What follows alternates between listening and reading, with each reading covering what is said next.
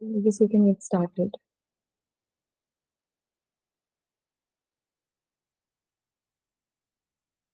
A warm welcome and very good morning to everyone present here, all the tech enthusiasts. My name is Rachita C. I work as a data scientist in CellStrat AI lab, and today I'm going to present a webinar on the series on LLM, LangChain, and mainly LangChain agents. So, without any further ado, we can get started. So, nowadays, we see many applications such as chatbots, virtual assistants, image and text generation, email composition, and many sentiment analysis model. And all these things are relied on generative AI models. Before it was done majorly using NLPs and any more traditional methodologies. But now there is a paradigm shift towards generative AI models due to its huge capabilities and huge understanding of natural language and everything.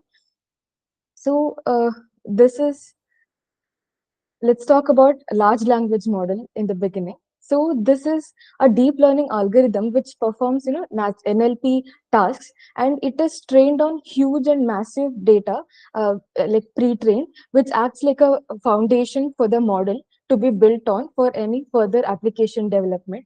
And there are many applications such as text generation, as you can see on the screen, email writing, prediction, recognizing, and giving answers, or conversational chatbots, and some virtual assistants as well. So these are all these work on huge pre-trained data, and as well as we can build a more complex model on that as an application. And this pre-trained model, what it can do, so it can do two tasks. One is auto-regressive. That means it can predict the next part of the segment, or using the current context, it can provide the further or the next result. And the second one we have is masked. It can fill the blanks or fill the missing part of the whole context, or the prompt which is given by the user. So this is about large language model. So let's see a small breakup of how it is working behind the screen. So we have a prompt, we have a context, and we have a completion window. Let's say I have given a prompt once upon a time. So LLM can understand. It doesn't understand words. It does, every computer, it understand only numericals. So the tokenizer will convert it into the language which the model understands, and after tokenization, it will come to the context window. So it's like once upon a time, and the work of LLM is to predict the next segment. So let's say it says once upon a time, there is the word which is printed. And then it goes back to the LLM again with the input of once upon a time there. And then so on so forth, it starts predicting the next lines, next words. And then at certain point, the model will understand that or come to a conclusion that there is an end of this sentence. And then it detokenizes it so that it can be converted to human understandable language, and then it goes to the completion window saying that once upon a time there was a lion is the sentence what the user is probably looking for. So this is about a small breakup of how it works. And coming to the prompt engineering, so the prompt is like the set of instruction that a user gives to the model to guide the model to work for the application or for the problem statement that user is asking for the model to work on. So it uses in context learning to do this. So we have zero shot prompting, one shot, and few shot prompting. So when the prompt is given alone, the model might not get the entire context on which it has to work on. So if we give some examples or any templates or such, the model's working ability can be enhanced in a way better way. So there is zero shot prompting. For example, just to give the summary of the meeting, this doesn't need any examples, right? So it's just giving the summary. So we don't need any examples for this. And we have some applications like summary of the meeting from this particular duration of time. So we have something specific. So if we give some examples for the model, like for example, one shot, if I give only one example, so the model get model's understanding towards the problem statement gets better.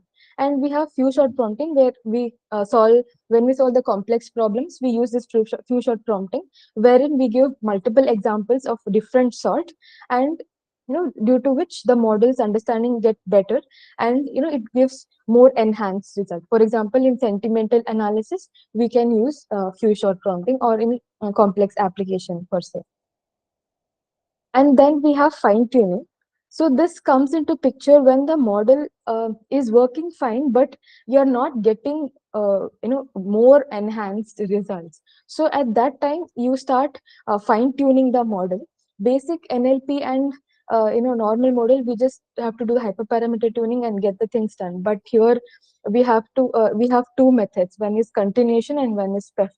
So in the continuation method, the model is already pre-trained on certain data. So that that part of pre-trained data will be kept, and along with that, additionally we'll add more parameters to it so that we can pre-train the model into further extent. And then second we have is theft. That also continuation takes more time, because we are keeping the previously done pre-trained model as well along with the newly added. So it the time taken will be gets higher. So in case of theft, so we don't have to keep the previous one. We can freeze that parameter because that is already working. So we need to add further more so that the enhancement of the results takes place. So in this theft, the time taken is also reduced, and also the performance is increased in a greater extent. So this is about fine tuning. So let's get into LangChain. So if we want to work on something which is there in the pre-trained data, that is well and good. We can use the basic LLM model and we can get the work done. But if I have something new, or if I have some data which is unseen by the model, let's say if I have a PDF on which I want to do analysis on, so we cannot use the the existing model, because that model won't be aware of what is there in the upcoming data. So at that time, we can use something called LangChain. So it is basically prompt engineering platform which connects different endpoints. So let's see a block diagram which support this statement. So we have an application here, and LangChain and LLMs we have. Let's say I want to do some like I have a database of in which I have an employee name, employee details, and employee salary. I want to fetch the data, or fetch some employee X's salary. So what I do is, the app is in, like I put the input or as a prompt that goes to LangChain, and that goes to LLMs to in order to get the answer. But the LLM doesn't have the data of the database of that particular employee salary. So what it does, this LangChain will connect to different endpoints. We can have tools connected, we can have APIs connected. In this case, we have a tool of a database of that particular employee's salary. So when the application is run, so the LangChain will connect to this database, which tool that has a database. It will fetch the data of that particular person X, and then it will give it to LLM. Now the LLM will extract the required answer. For example, the employee's X salary is something, some dollars. So that particular dollar money will be extracted and will be given back to the application as an user output. So this is how the LangChain will connect to different dots when it doesn't have more context to it with only the pre-trained data. So let's see, this LangChain is a framework which has the huge capabilities of large language models, and it will connect with the automation actions as well. So we have many applications, such as it starts from customer service and it can end up to automation of very complex processes. So there is a huge range of complexity range we have, and this LangChain can cater each and every kind of application in its own good way. So let's start with RAG here. So this RAG is an advanced AI technique that combines, the information retrieval part and also the text generation part. So we feed the documents which we want to dig into, and then we can extract the relevant information based on the document which we have provided. So that is a basic idea of how RAG works. So to talk about the components of RAG, so we have as RAG, so retrieval, and we have augmentation and generation. In the retrieval part, so we have documented documents loaded inside, the this the model, and then what it does, it looks for the content that the user is looking for, and it will fetch the data which is relevant with the prompt or the user input. And this can be done in the several ways, such as, on the basis of semantic search it can do, or neural network based retrieval it can do, or keyword based search also it can get this job done of retrieval of things. And then we have augmentation.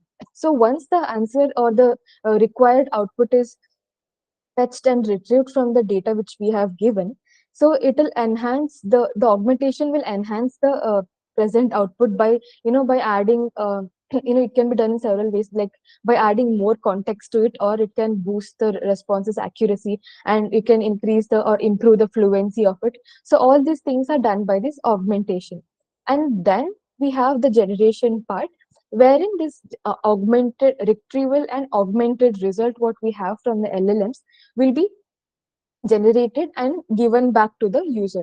And in this method, in this generation, it can also take into consideration of some templates and stuff, wherein for example, if I take an example of a template is like a blueprint which the user is giving, so that the user is saying that I want the answer in this template, or it should follow these many procedure in order to arrive to the answer or the output.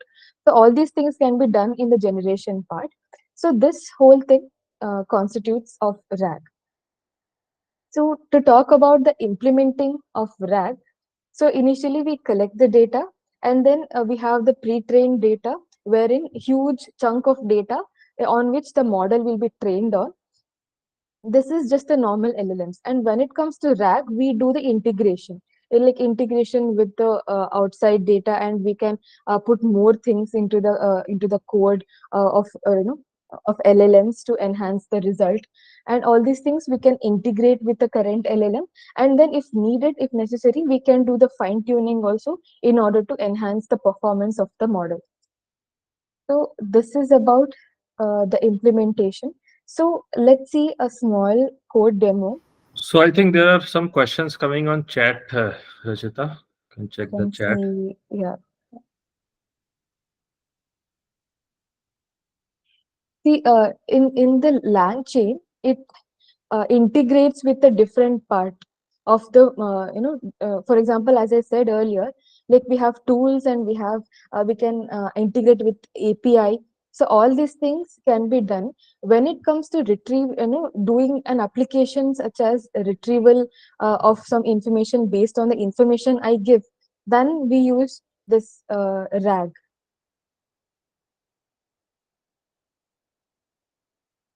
We have answered it, Piyush.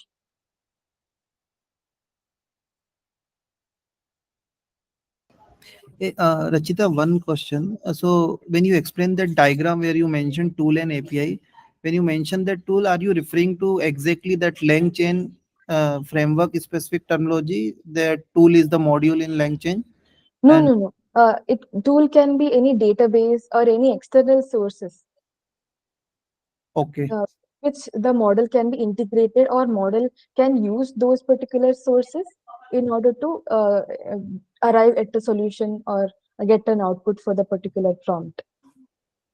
okay, okay. And API is what exactly the API means? Same, same. Okay, We can, for example, if you talk about AWS, we can integrate a Lambda API in order to get the things done. So, yeah, the API is same as that. okay, thank you. Uh, yes, we can continue with the code part of RAG. So we have a basic RAG code here. We can always enhance this. So this is for a to chat with a PDF using LangChain. and RAG can be used here to get this job done. So initially we in here I'm using OpenAI, and as a version specific, you might use the upcoming or the newer versions as well. And then I have .env, load.env, and all these things are used to get my API working. So I have OpenAI API, which will be helpful for doing this task using GPT model. And here it's just importing the date and time. And I'm setting this current model as GPT 3.5 Turbo. And I have installed PyPDF and just to read the PDF file which I'm going to upload. And then LangChain, of course. And then we have retrieval QA. This is for the retrieval a part of the RAG. It is used in there. And chat API is used for getting the chat of from the model using RAG.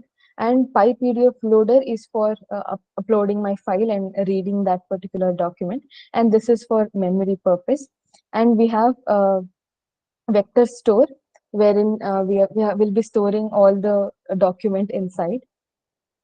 So I have a loader here where I have loaded this product list. I'll show this product list. So this is just a product list of laptops. It has brand name, models, warranty, rating, features, description, price, and so on. There are 5 such products. And on this particular document, we'll be performing RAG. And from LangChain.indexes, I'll be importing the vector store. I'll be creating that. And then we have tick token. All these things are necessary for doing the vector search. And then in the inside this index, I have added this vector store. And then we'll start this. This is repeated again. And then here for embeddings, we have OpenAI embeddings used. There are several embeddings which can be used. There is VV8 embedding, there is Bedrock embedding, and there are many more. So you can use any of those. For this project, I'll be using OpenAI embeddings. And inside the DB, I'll be adding the docs, which is the PDF document I've added, and the embeddings. And in the retriever, DB as retriever, I'll be assigning the value for retrieving it, the messages. And in the LLM, I'll be assigning OpenAI as SAT-AI as my model, and you can always set the temperature. And the model is LLM model as given above. And we can get started. So this is just one way of calling the response. So the response, I'm just asking a question: what is the price of the Chromebook? So before this is a small setup of how you can get the things done with RAG. So this starts with the response now. So I've just displayed the answer here. So the price of the Blue Wave Chromebook is $249.99. So this is a basic question that model can answer. And you can use the stuff method as well using chain method. So here I'll be using retrieval.qa, and LLM model is the same, and the retriever. And this is just to print the things. And I can ask some complicated questions as well, like by how much the Tech Pro desktop are more expensive than the Blue Wave Chromebook. So here it involves the mathematics part as well as comparing and reasoning part also it comes here. So I just ask for a call for response, and I can display here. So it says it is $750 more expensive than the Blue Wave Chromebook, and it gives the give how it is done as well. It will give the existing price or the current price of both models, and then it will subtract it from one another, and then it gives the result. And then we can ask more questions like why should I buy, which product should I buy and why? So these are all the reasoning kind of questions, and we can I can ask more question, like personalized question also I can ask. For example, which product should I buy if I'm a gamer, if I'm into gaming, which is the product you're recommending to me? So it says this model, this which is so this is the laptop you can buy, and it relevant features it will extract from it, and then which supports the gaming, so it will say all the details about it. And then we can some questions like, I want to buy a laptop less expensive, more durable, high performance, general purpose use. So I can ask more, I can add more conditions to it and to make this work, and it is able to answer. It will give all the reasoning to it which supports this claim, and it is able to give the answer. And this is just to give the summary of all the products. And I'm asking why should I use Chromebook, so it just fetches the answer why would I use it. And then if I ask I want to buy two laptops, give me the best combo, and so on. So, and also some personalized, like if I'm a chemist, which product should I buy, keeping the things in mind that I'm just a chemist, I'm not some computer or tech enthusiast, so that the model can be much reasonable. So all these things it will understand on its own, and then it gives the result. So this is how you can play with the RAG. You can add more documents to it. You can add huge piece of data, and then get the things done. So this was about, okay, so this was about the coding part of the,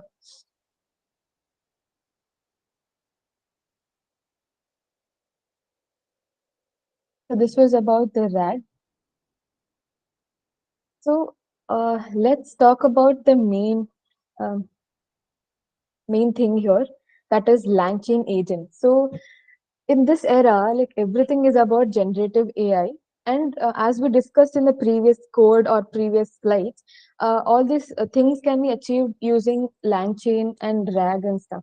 But when we talk about real-time problem or corporate level problems, small models cannot solve it because the complexity level is way huge. But we can use the existing concepts, but somehow we have to enhance it. So we can make use of generative AI in so many ways. So the generative AI capabilities is very huge, and it is able to understand the human language, and it is able to produce it as well. So if we talk about generative AI, it goes on as a long list. But when it comes to real time tasks, so how to harness the power of generative AI? So in this case, we can use something called LangChain agents. So this acts like a bridge between, the huge capabilities of LLMs and, the automation option or the action. So this is how the LangChain agents can be used. So in the further slides, we'll be seeing how exactly this LangChain agent works, and how beautifully you can incorporate it in your model and get the things done, or get the enhanced result for the problem statement that you have. So this is components of LangChain. So we have schema. So schema is like, it just provides the basic structure for it, for the model. So we have a text schema, we have a chat messages, and we have document. Text is as in the user will give some text as a prompt, and the model will understand it as a schema, and then it gives the answer. And then we have chat messages. In the chat, the model will get the context, and then it gives the result. And then we have documentation form. So if, as we discussed in the earlier code, that was a doc schema wherein I provide a document, and that schema it will analyze, and then it will give the result. And then we have models are like the powerhouse of LLMs, and it has chat models and it has language models. And coming to prompts, as discussed in the previous slides, it provides the instruction to the LLM or the LangChain to get the things done. And we can have prompt templates, which will be like a blueprint of how the output should be, or how the user is expecting the output.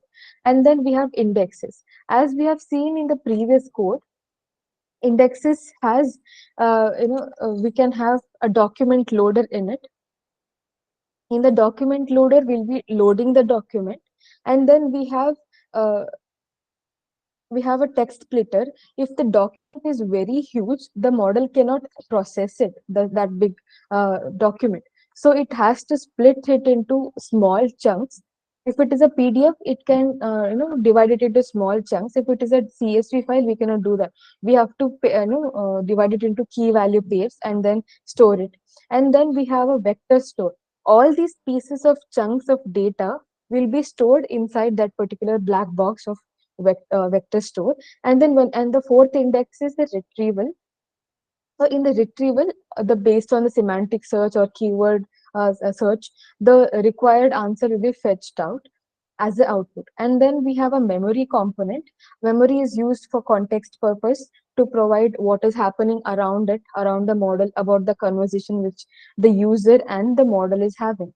And then this chains is like it just combines the series of pieces of code to get the work done. And about agents, we'll be discussing in the further slide. So let's talk about agents. So we have several applications such as answering the questions, generating text and translating language, and so on. So all these things, as I told earlier as well, it can be done using normal LangChain or normal RAG. But the problem is, what if these tasks get complex and the basic RAG or basic LangChain model cannot achieve this task? So at that time, we can use this LangChain agent. So how it works is that it provides a customization to the model, and what it does basically is it will provide certain context to the model and push the LLMs in certain direction in which it has to work. So so I'm talking about this LangChain agents and on and on. So what is this fuss about? So when we talk about the complex complex methodologies or complex applications, when we have, these cannot be solved using the normal LLMs or normal ROG is what I think. But using this LangChain agents, so for example, we have certain application and that cannot be trained, that cannot perform its best using the normal pre-trained data. So we have given some set of data as an input that can be done using RAG. But even if the RAG cannot work well on it, we can go to LangChain agents. So what it does, it provides a customization to the model. There are several components such as tools. We have this tools is specific with the LangChain agents. We have tools, we have toolkits, and we have agent executor. There are so many components which comes in LangChain agents. All these things will help in providing customization in order to do only certain applications work. So that is how this LangChain can work. In the further slides, we'll see how exactly, or get the clear picture of how exactly this customization is provided by this LangChain agents. So let's look into this block diagram. So we have an agent chain here, and we have so many types in the agents, which we'll be discussing in the further slides. So basically, in the beginning, it will decide, based on the user's input, it will take the input as to which type of agent it has to use. And then it takes the input from the user and starts the action. And then it start doing the observation. It will read the prompt which is given by the user. It will understand the question. It will go to that particular document and fetches the answer which it needs, and then it does the thought process as in, if the answer is correct, or am I going in the certain direction in which the user wants me to. And then after deciding and having all those thinking process, it will arrive at one final answer, and then it will be produced as an output, and it will finish the chain.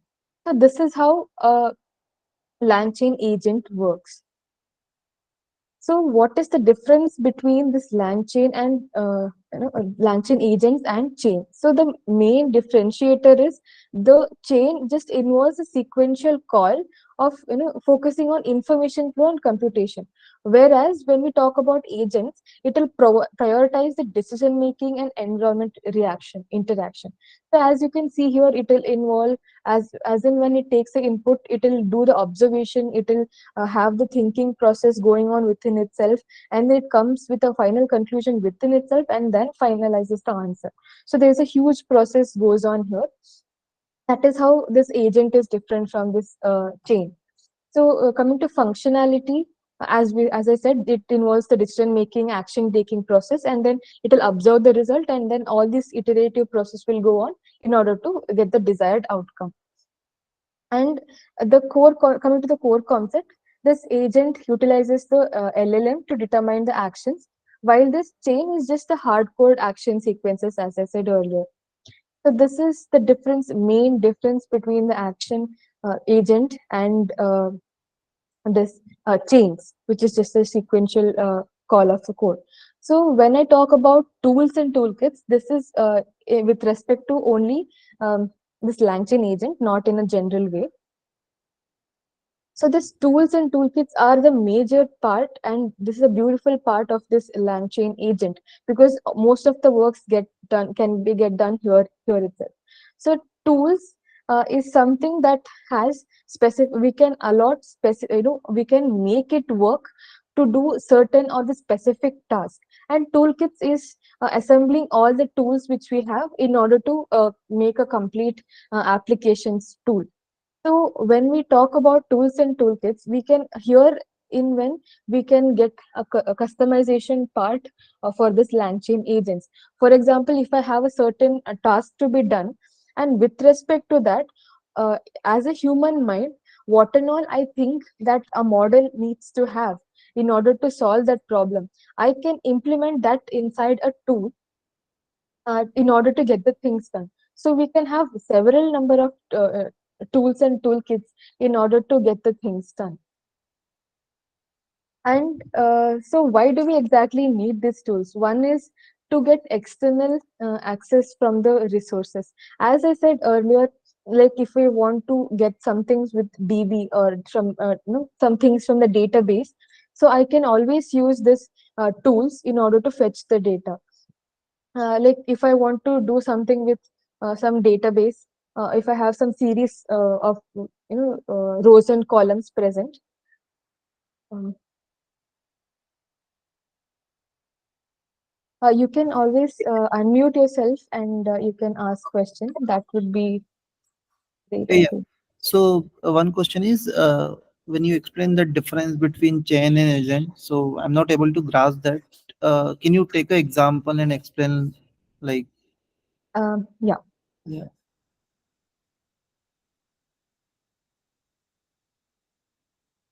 And apart from that, the types of agent I'll be discussing in the further slides.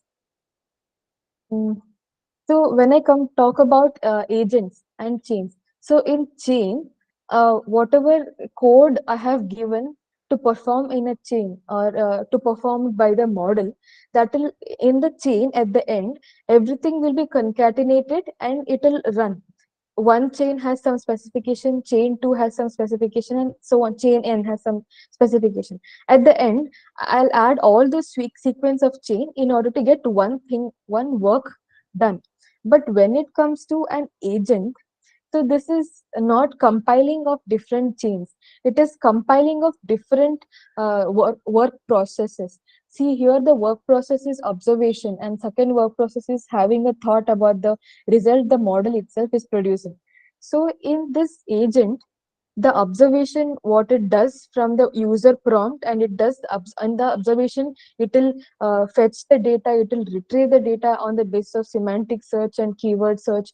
All these things it will done in the it will be get it will be done in this observation part, and then it comes to thought process and analyze its own results which it has produced, and then comes up with a final answer. So the main difference is the chain is just sequentially it is adding all the part of the code in order to get things done. In this agent, it is adding all the work process like observation and thought process in order to get the things done. There is no involvement of code in this. When I talk about observation and code, it will be done within the model. Okay. Hope it Is it answers. like arriving from the concept of different prompting technique where we discuss that chain of thought or graph of thought, and like, is That it somewhere you can, related to that? Like we are calling whenever we are giving a sequential prompt, we are calling it chain. yeah, Or when there is a graph of thought, all those things will come under agent, or how these things are related? Actually, you can put a chain of thought inside this agent also. Apart from the basic workflow of this, in order to enhance it furthermore, you can always add, you have prompt engineering to work on. We can always have one shot and few shot prompting. Apart from that, for increasing the capabilities of the LLM, you can always add chain of thought to it. So you can put one thing in another. So yeah, you can basically in this workflow, you can add the chaining of the things as well. That's what I wanted to say. Hope that answered your question. Yeah, thank you. So here you are saying we can add, if you go back to that diagram, agent, Yeah, sure. Yeah. uh, that block Mm, diagram of mm, yeah. mm. Which part you are saying that we can put that chain of commands or code? Just a minute. So in this, inside the code, when we are giving the tools and toolkits, you can always inside the tools and toolkits, along with that, you can add chain of thought process. So this will be done in the back end part. So this is input. This will happen inside the model. So within the code, you can always give the chain of thought process, or you can start giving the templates and stuff inside the code. This is user input, and this is what happens inside the model. This I don't have to give this observation or how it should be doing, something like that. Okay. Yeah. Got it.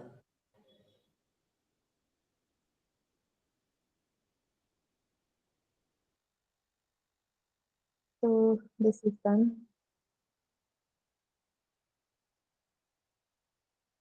So when I talk about how or why should I use these tools, why do an agent needs tool? As I said, it's a very important part of it.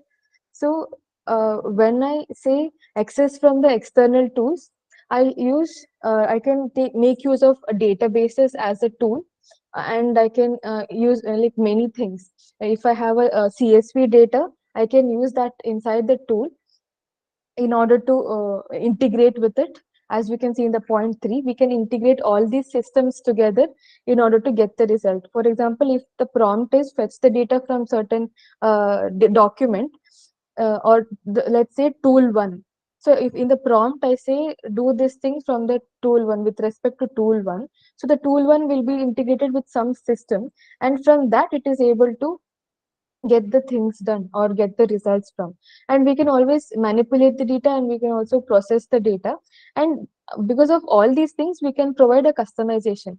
For example, I'll give you, so if there is an applications for you, so in that, along with the pre-trained model, you want many things which is not public, some things which you want to feed the model and make it understand. So all these things you can add it in the tools as a normal human language. You can add it as a description, and you can see how it looks in exactly in the code demo maybe. Then you might get a clear idea. So in that case, you can add all these descriptions you want the model to know in particular with that particular use case. So all those things you can add inside a model, inside a tool per se, and you can get the customization done, because you see some of the information won't be available in the pre-trained model, right? So along with the data, as in CSV file, you cannot give much information about it, but you can always give this tool description, wherein you can say how the model should think, in which direction the model should think, and what are all the aspects it has to consider while giving a result. So all these things you can customize using this agent tools. So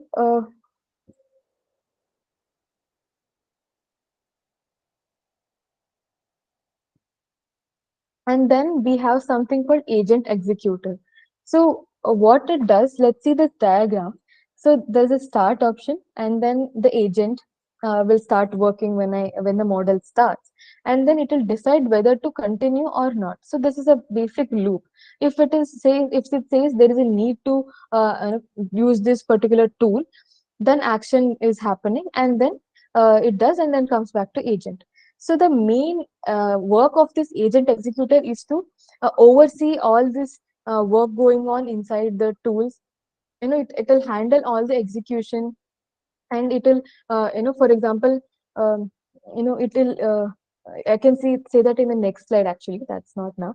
So it will require an agent in order to get these things done. It will require an agent, a collection of tools, and optimal memory, as in also some parameters it will need to get this job done. So when we talk about agent executor, why do we exactly need this? So as we have seen here, if the tool has to be executed or not, that is one thing. And another thing is that, so when we want to have a control over some agent action and memory management, I'm saying that only at this particular moment, I want this tool to be executed. I can provide that in a description. For example, if the tool is if the, what to say, if the work of that particular tool one is to do the mathematical problems perfectly. So I can say in somewhere that when it comes to only the mathematical, when you sense some mathematical things going on, or there is a need to be executing this mathematical function, only at that particular time you have to use the tool one, wherein tool one has all the mathematical intelligence. So like that, I can have a whole control over it. And for the memory management, also I can have, I can say, like, to provide more context, only in this situation you have to use this memory component one, or something like that. You can always guide the model using this agent executor. So coming to the benefits of this agent, so always we have this automation process here, and then it will provide a flexibility for this whole component. As we have seen earlier as well, we can integrate it with different systems. We can have tools and toolkits in order to get more context to the model, and because of that, the model will understand what exactly I have to go through while giving an answer. So there the flexibility part comes. So also the customization part comes.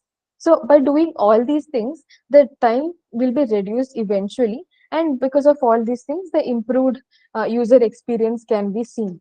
So this is a kind of a benefit of the agents while we use agents. And then we have a memory component. So memory is very important in order to provide a proper context for the model. Let's say I'm doing some chat with the model with respect to some document. So the chat one and chat two has to be linked. Otherwise, the model might go into some other context and start recommending or giving the answers which is not at all related to each other. So because of this memory component, the model will have the understanding about the environment which, or the context at which it is revolving around. And because of that, it will give a personalized result based on, if I'm talking about topic A, and then the chat 2 will be related to topic A itself, and chat N is also related with topic A itself. So this memory component will be a huge or the vital part of this LangChain agent. So as I said, as we discussed, we need, because of this memory part, we can have the contextual understanding and long-term knowledge it will have, and the continuity part it will be giving, because of the context it will provide, and the personalization. As I said, the topic A will be revolving around all the answers or all the chats which the model and the user are doing with each other. So this is about the memory component. And then we have type of agents. So we have majorly four part. One is zero shot react, conversational react, react doc store, and self ask with search. So we'll see a small description of these things. So in the zero shot react, this can cater small applications such as language translations and innovative text. As we don't have we don't have to give any examples for this, so such tasks can be given here. Also, there is no memory component in this zero shot react, and thus there is no conversation part, and there is no context in the whole system. So this is just to this does pretty well, but for the smaller or the less complex work, this can be used majorly. And then we have conversational React. This conversational React will use the React framework for the conversation, of course. And then this has a memory component in it, so that the whole context is provided for the model to give or to understand what is going on around. So the major difference between these two is the memory component, and the examples we can give in here anyways, and we can also give the prompt templates and so on. And the third type is React Doc Store. Even this will be working on React framework for the conversation part. And then this React Doc Store has two tools present here. When I said tools in the earlier times, so this can be one of the tools. For example, the one tool is search tool and another tool is lookup tool. So if I give some prompt saying that from this particular, let's say this Wikipedia, I want some things to be fetched and given as a result to me. So what search tool does it? It fetches the URL and then it gets the data, and the lookup tool will be looking into the context which the user is asking inside the prompt as an input, and it will retrieve the required or the relevant answer, and it will provide and produce as a result. So this is about React Doc Store. And then the fourth type we have here is self ask with search. So this is also one of the beautiful methods where it involves intermediate answer. For example, if I have a question A and we have the answer for that particular question A. So with in the journey of asking the question and arriving to the answer, it will ask many questions to itself. These questions are intermediate questions, follow-up questions basically, and then it will give an intermediate answer for it. That's like a temporary answer, and based on that it will analyze each and every step of it, each and every follow-up question it will analyze each and every intermediate answer that it is giving, it's given by the model. And at the end, when it's satisfied with the answer, it will decide or conclude that this is the final answer, and it will be provided as a result to it, result to the user. So this is how self ask with search works. So let's have some code demo for this LangChain agent. Rachita, okay, go ahead. Is this fine? Everyone able to hear, or there was a actual froze of screen? No, all good. I thought the video was frozen, but maybe it was my internet. Okay, sure. So let's do some code demo for this LangChain agent types. As I discussed in the previous slides, that the 4 types is in this zero shot, React Doc Store, and conversational React, and self ask with search. So we'll discuss about this. So we'll install this required libraries like LangChain, and these are all I needed as an example for in order to execute all these individual type of agents.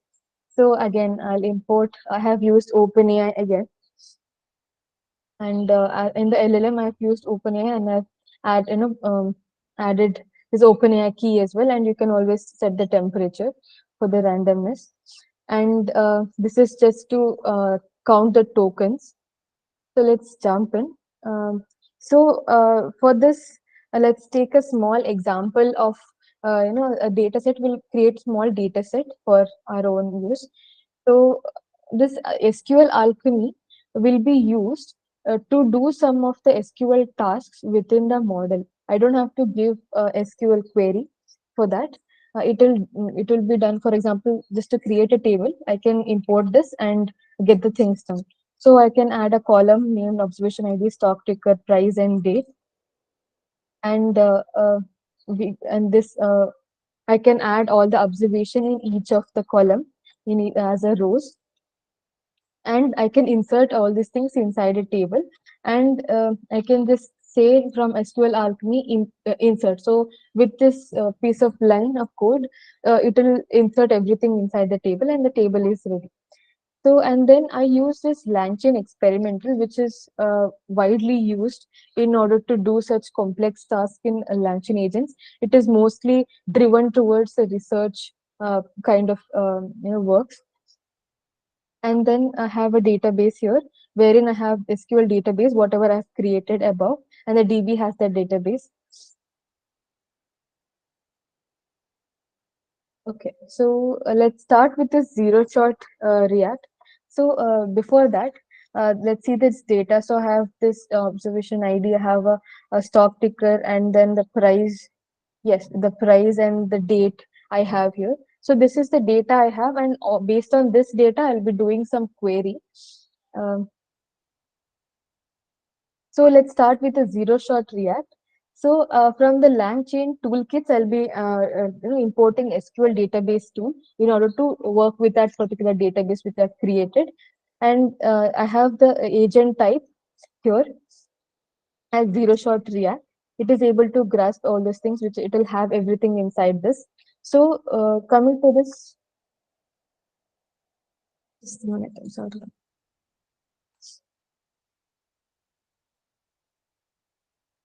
So coming to this agent executor part, wherein I'll be adding what is the type of LLM I want or the model, wherein I'm using OpenAI here, and what is the toolkit I'm using here, and I'll be having this verbose, and then what is the type of agents, and we can also add maximum iteration, iterations as in it has to go through its answer 3 times and arrive at some conclusion that this is the one, this is the moment, or this is the answer which the user might be looking into. So these things you can control in here within the agent executor. So all these things will be looking looked by this agent executor. As we had discussed earlier, this zero shot doesn't have a memory component. If it was there, we could have added here itself. So let's take a question here to agent executor. I'm asking, so what is the multiplication of ratio between the stock price for ABC and XYZ in January 3rd and the ratio between the same stock price in January 4th? So this is some complex question I'm asking based on the data set. So let's see how this, as we have seen in this previous given this block diagram, we have observation here, we have a thought process here after getting the input, and then it will finalize the answer, and then it will finish the chain. So same thing we can see here. So it will enter, initially it will enter the executor chain, and then it will fetch this SQL database which I have created, and then action input will be started, and then it will see that in the observation part, it will see that stocks is what I want to look into currently as an observation in order to get an answer to this question. And then coming to the thought process, it will have this which table I have to look into, which is a column I have to look into, and what are all the aspects I have to look into. All these things will be decided or done in this thought process. And then in observation, it will get all this data inside it. And then here we can see the relevant data is fetched here, and then it comes with an answer that 1.02 is the result what I'm looking into. So basically using that SQL alchemy, it does all this SQL query, and then using LangChain agents, it will get this observation and thought process done, and it will arrive at one particular answer. So this was about zero shot React, and then we have conversational React here. So let's talk about tools. So as a like an example I gave earlier, that um, calculator can be one of the tools. Let's say if you think your model is not working properly on the basis of mathematical reasoning, or some complex mathematics, you can always give a tool. Let's say I can have a tool called LLM Math, and I can add many description to it, like what kind of problem you might face and how you should solve it. Everything you can give inside a description, and you can make the model go in certain direction. So we can add we have to add a memory component to this conversational React um, type, and then we have used conversational buffer memory, and we have added this chat history as well. So in this agent executor, I have this agent type, tools, LLM, and memory. So all these things I have added, and we can just ask a question. So what is the result of the investment of $10,000 growing at 8% annually for 5 years with the compound interest? So this is some question, some random question I'm asking based on the database. So what it does, it will start the executor chain, it will start the thought process, and do I need to use a tool? So here agent executor can come into place. So it will decide, it will ask a question to itself whether I have to use any tools here, or there is a necessity of using any calculator or any tools, because this is involving some mathematical operations to be done. So it will decide whether to use the calculator or not. So then answer comes out to be yes. So this is how agent executor will work within itself in order to come to a conclusion or to come to a proper working sense. So it will use the calculator, and then action input is 10,000 investment for 8 years, 8% for 5 years. So answer comes out to be this much value. So and then the same answer is produced for the user. And then we can have a question 2 saying that if instead of $10,000, if I start with $15,000 at same interest for same 5 years. So, and if I want this answer as well, along with that, I want it to be compared with the previous scenario. So here I can make use of memory component. So here the agent will see if there is a requirement of using of memory from the previous chat, or it needs any context with the previous chat as well. So it will analyze all those things again.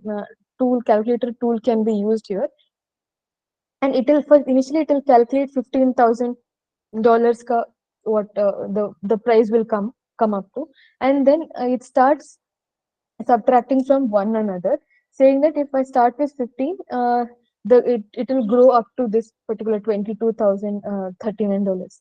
So and then it will compare with the previous result as well, and then after taking out that value, it will come up with 7,346 is what the difference number is. So this is how the memory component work in chat, this conversational React part, and also it will provide the memory will provide a context to it, and this agent will help, agent and agent tools will help in doing this calculation in a perfect way. And coming to the third part, we have here is a React doc store. As we have discussed, we have a search tool and a lookup tool here. So I say I want to look something from Wikipedia. So I have here one tool I have is search. I can provide multiple lines of description here, like a search from Wikipedia tool and look into this particular. If I have something in my mind in particular, I can add all these things. Look into this particular section, and I can say look into exact same word which I'm asking in the prompt. All these things which is there in your mind, which you think that has to be taken care of, can be given in the description. And coming to the tool, it will do lookup. I can add more things like look up to this term Wikipedia, and then give the certain answer which I'm looking for. So all these things can be added. This will become a toolkit. And then inside the doc store, I can add tools, LLM. This React doc store is a type of agent, and then the max iteration. So I can ask one question from Wikipedia saying that what were the last words of Archimedes. So this is my prompt here. So the thought is I need to search Archimedes and find his last words. So this is what it has grabbed from this, from its observation made from the prompt. So after in the action part, it will search for Archimedes, and it will grab this particular pieces of text which is related to this Archimedes. So this is done by search tool. And when it comes to lookup tool, what was his last word was the part which I have asked or the user has asked. So only that part is looked up here. So it is looking for last words. So if there is a thing called last word, so it will based on semantic search or maybe keyword search. So it will look for this last word, and it will come up with an answer. So the action is finished here. So the Archimedes' last words were, "Do not disturb my circles." So it is rated with this last word part or the keyword. So based on that, it has the lookup tool is able to fetch that particular data and retrieve it and then give it to the user. So this is how the React doc store works. And then we have the last type, that is self-ask with search. So as I said, this will have an intermediate follow-up question, and we have an intermediate answer, like a temporary answer for this. So here the tool will be giving an intermediate answer. So that is the tool which I'll be using. So let's say the question is, who lived longer, Muhammad Ali or Alan Turing?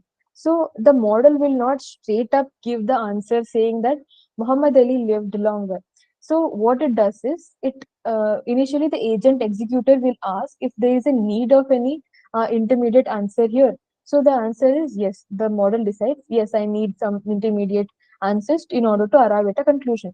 So the following questions will be asked, follow-up questions like, how old was Muhammad Ali when he died? And we have another question, when Alan Turing died, how old was he? So we'll get answer for both, and then the model will compare in the observation and thought process, and then as a final result, it will give that Muhammad Ali lived longer because when he died, his age was 74 years. And some such questions we can ask more. Um for example, there are many. Let's say are both directors of Jaws and Casino Royale from the same country? So there is a need of follow-up question in, when I come to when the model has to come into conclusion about a final answer. So who is the director of Jaws and where he is from, and all those intermediate answer it will get from the follow-up question. And the final answer is no, they are not from the same country because their current states are different. So this is how the self-ask with search works. So this was about the types of agents. Maybe there are a bunch of questions. Yeah. Yes.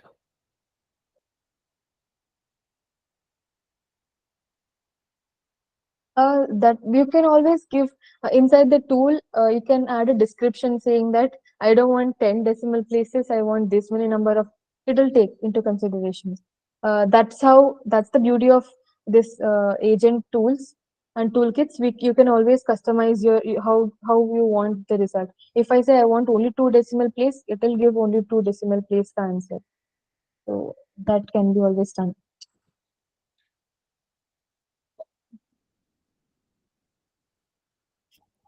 Uh, it is not like chatting with a virtual bot. It will provide an answer, and based on that, maybe you have to make some alteration or make the model more clear in order to get some answer. So that is what I would like to say.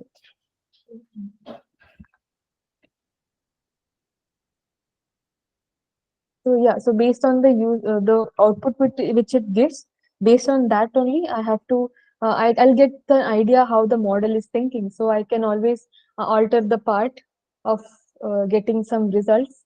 So that is how we can get things done here.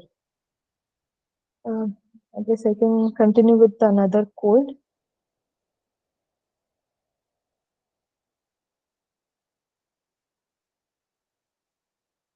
Okay, so we have another piece of code for LangChain agents.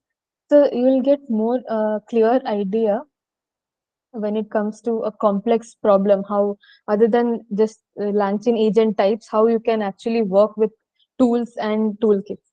So here is just an example of LangChain using Bedrock and Anthropic Claude 2 model. So, so here we have a user input, and then we have functions and chains, and you can have here you can have a number of chain, you can have chain of thoughts and everything, and you can have a tool rendering. And here I can give the input data. I can also give API. For example, if I'm using AWS, I can give Lambda API and other as well. So, and then inside this agent executor, we have these many components. We have tools, we have LLM, which is related with this Bedrock and Anthropic Claude 2 model. And we have Scratchpad here. Scratchpad does all this thought and observation work, and it has a memory component, and it has a prompt here. So all these things work together in order to get a perfect answer. So let's talk about this LangChain agents furthermore. So for example, in this case, what I'm using is I'm using a particular a banking data. So, sorry to Yeah, interrupt. yeah. Can you just take one example and explain the diagram which you are explaining now? The same thing is done in the code. That was Okay. the block diagram for the code which I'll be doing now. Okay. So this is some banking data set which I have taken into consideration, which has these many columns uh, and the respective value for it. So for this, I need Boto 3 in order. This is for running Bedrock environment because I'm using a Bedrock as a host to host my Anthropic Claude 2 model, and we have a LangChain installed here. And then I have LangChain experimental, which will be widely used in this LangChain agents in order to get the things done beautifully. And then here I'll be adding this banking.csv.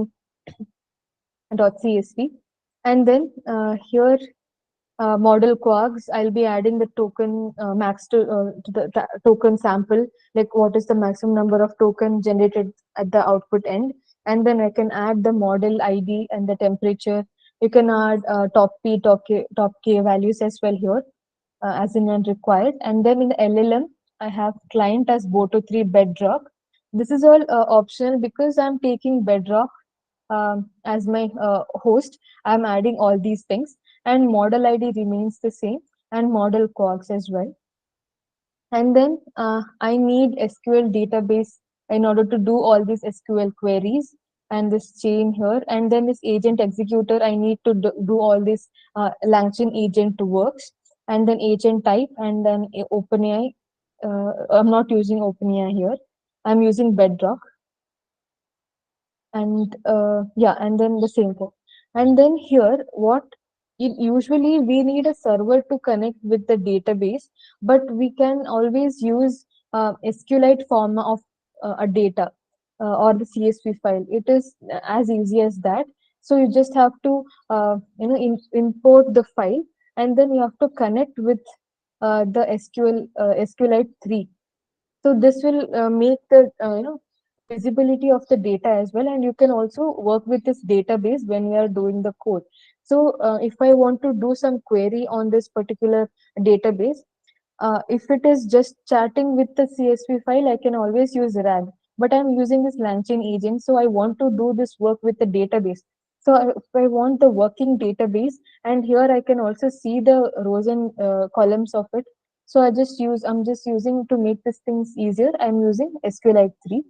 So this is easy. I have to just make a connection with SQLite 3, and then I have to add the what is the name of the table, and then it will automatically convert the CSV to .SQLite format, and then I have to close the connection. So this is how it looks. The database looks like this. So we can always see what is the rows and what is the column and what are all the entries present here. So this is the beauty of this SQLite. We can always working with the database is quite easier with this. And then I have vector indexed store created. Okay. So here, as I said earlier, this is the banking.SQLite format which I've created earlier. So that is what I'm importing here. And then just to make sure the things are there inside the database, I'm just printing out the table entries. And then I just to make sure if it is actually the queries are actually working on the database, because there might be some glitches or the corrections with the SQLite formats as well.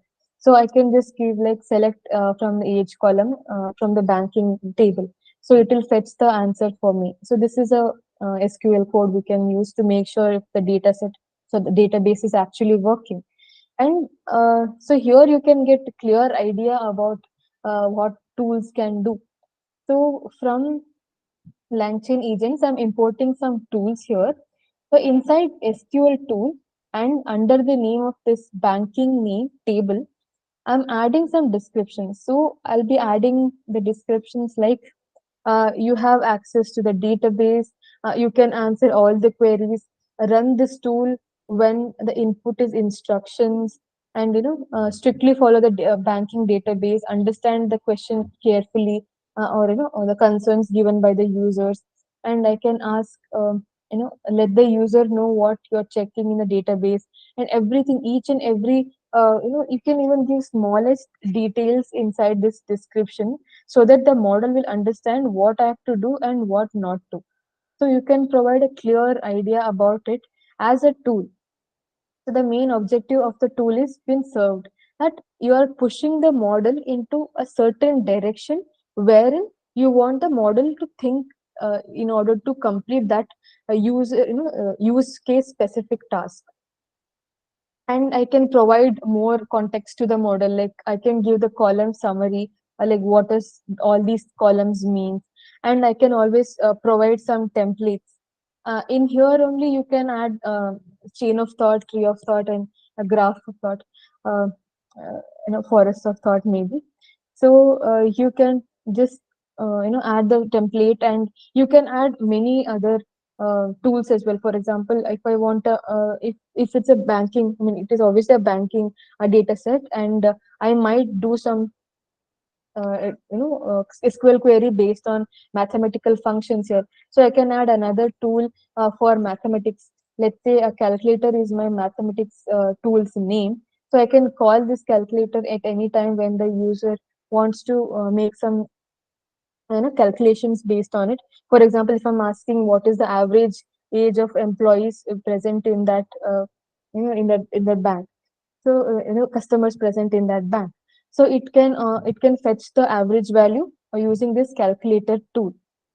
So like this, you can add whatever look, based on the use case specific, you can add more and more tools to it. You can add more instructions to it. If it is, this is just a common or this a small data set example, but when it goes to complex data set, you can add rules to it. You can add instructions to it, so that the model will have the clear picture, and it is not exactly providing the boundary to it, but making the things more clear to the model in order to get your things done, like a customization of things done in a perfect way. And then we can have in the memory, we can give this conversation buffer memory or other as well. And then I can add all these parameters as well. And then inside inside this executed chain, I can add the tools and the LLMs which is given here. And the toolkit is what the compiling all the tools, it will make a toolkit on which the model will be working on. And then the iteration can be of any number, and top k, top p, and temperature, and memory value, and the type of agent. So all these things you can give here.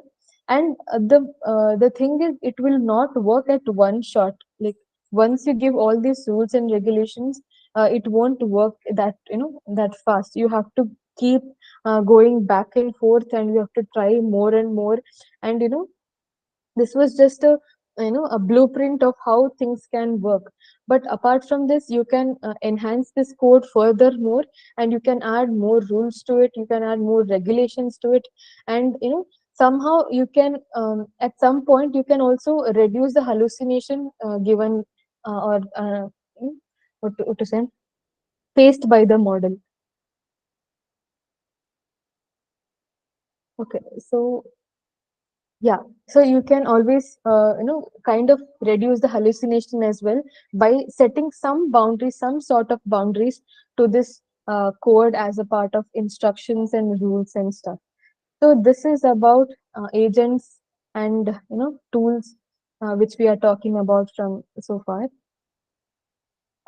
So let's jump into the conclusion here. So here you are using the structured data, right? Yeah, yeah. And you are not using that vectorization, and you are performing those query on that structured data? See, this is just the basic RAG. This is just a basic LangChain agent that I have done.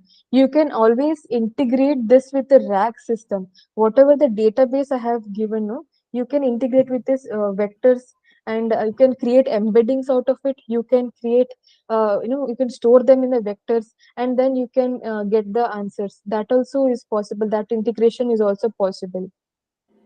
Okay. Yeah.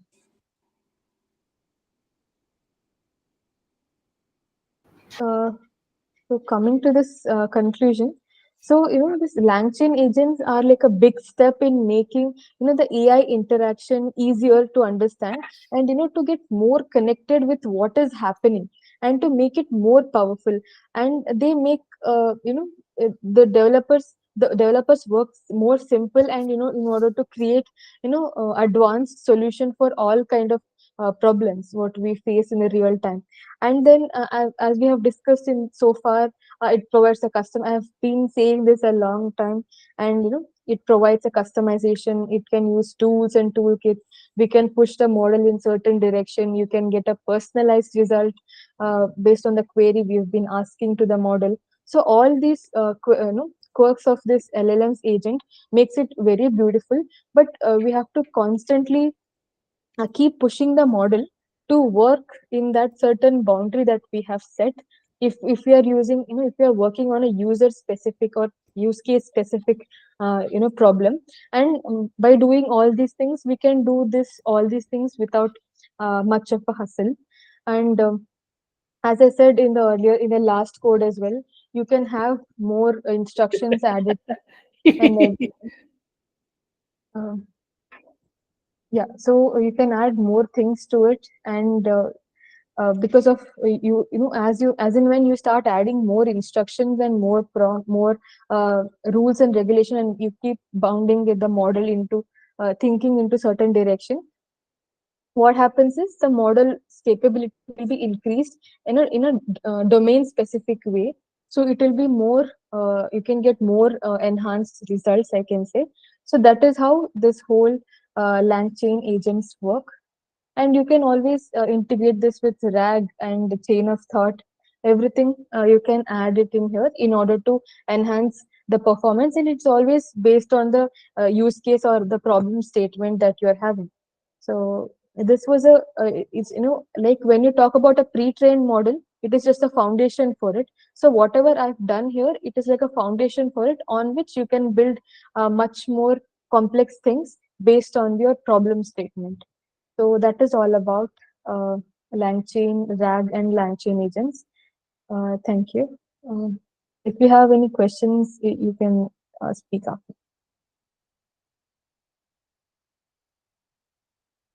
So how to handle hallucinations? See, LangChain LLMs comes with, as a curse, it comes with hallucinations, but you can always reduce it. As I said, you can, for example, if you have got any answer for a question, and you think that it is being hallucinated, and it is getting hallucinated, and it is not giving a proper answers or something, you can always go back to the rules and instructions that you're giving, and you can set the things right. And most of the time it won't happen if you give all the things. If you think you have given all the things, and you have given all the instructions and everything which is related to your problem statement, but as in when you get more hallucinated, your model gets more hallucinated with the your use case, you can always go back to the prompts. Also, you can actually do it with the prompts in the primary level, but still if it doesn't work, you can go back to the rules and descriptions part which you give in the tools, and you can fix that. So that is how you can work back and forth in order to reduce it. Sure, we'll be sharing that. It is not a necessary to use agent framework all the time, but if you think the model's the problem statement is getting complex, and it needs more attention in order to get the result, or if you think only the document which you're giving, um, as an input. For example, if I want to read from a PDF, if you think only the content from it is not enough, or the model is not getting the exact context on which it has to give the answer, or it is not going in certain direction in order to give a result, you can always use an agent framework, or this LangChain agents, in order to set things right, and also in a certain direction in the with respect to the problem statement.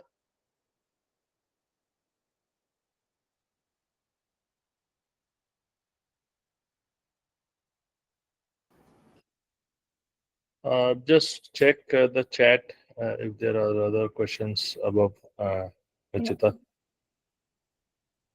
So a lot of good discussion on LangChain and agents. So folks, feel free to ask any final questions.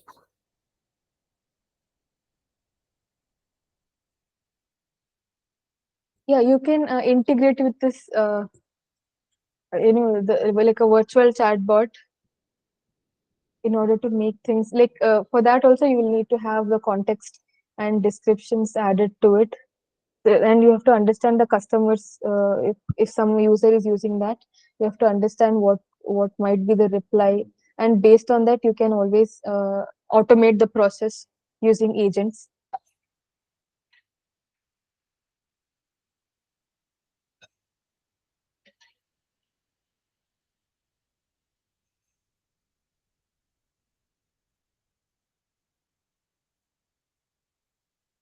Okay, so any other final questions, folks? So you can So- get this notebook. I'll be sharing this if you guys want. The thing is, you have to work more on this LangChain, and basic RAG you can somehow figure it out, because it's just small pieces of code. You can always integrate and get things done based on the input that you're giving.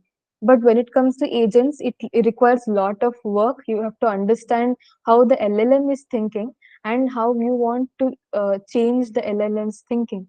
So it needs a lot of work and efforts to make it into go into certain direction with respect to the problem statement. Over to you, Vivek.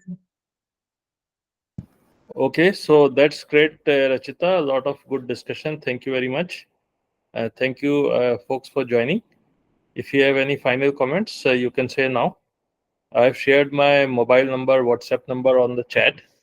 If you want to discuss joining our research program or community or courses, reach out to me. I've shared our course page link and also the community membership link. So as I said, this workshop series is part of our support for Dayanand Sagar Hackathon, which is happening next weekend. A large hackathon with attractive cash prizes for winning teams. Students and working professionals can register for this hackathon. The website is hackaventus.com. I'll put that here again. www.hackaventus.com. We do have another workshop supporting this hackathon tomorrow afternoon IST. And we do have a live course running on GenAI Sunday morning IST times as well. So any final comments or questions before we close this session? Okay, so thanks a lot, Rachita. Fantastic session. And let's continue, webinars and further as well. Thank you all. Thank you all for joining. Have a great day.